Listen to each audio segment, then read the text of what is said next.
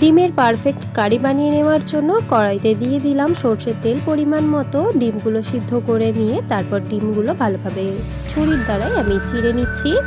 ভালোভাবে চিড়ে নেওয়া হয়ে গেলে সেই তেলের মধ্যে নুন, হলুদ এবং লঙ্কা গুঁড়ো দিয়ে ভালোভাবে একটু ফোড়ন দিয়ে এবার সমস্ত সিদ্ধ ডিমগুলোকে ভেজে নেব অল্প একটু কালার হয়ে আসা পর্যন্ত। ভাজা হয়ে গেলে একটা পাত্রের মধ্যে তুলে নিয়ে দিয়ে দিচ্ছি সেম তেলের মধ্যেই আলুগুলো আমি এভাবে কেটেছি। আলুগুলো লালচে করে ভেজে তুলে নিচ্ছি। তারপর সেম তেলে দিয়ে দিচ্ছি টমেটো এবং পেঁয়াজ। সমস্ত জিনিস ভালোভাবে নাড়াচাড়া করা হয়ে গেলে মটরশুঁটির সিজনে মটরশুঁটি দিয়ে দিলাম। তারপর দিয়ে দিচ্ছি এখানে হলুদ, লঙ্কা, নুন, আদা, রসুন, জিরে গুঁড়ো।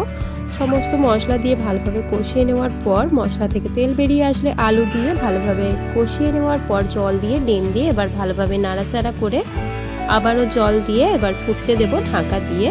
প্রায় 10 থেকে 15 মিনিট হয়ে গেলেই রেডি আমাদের। ট্রাই করুন।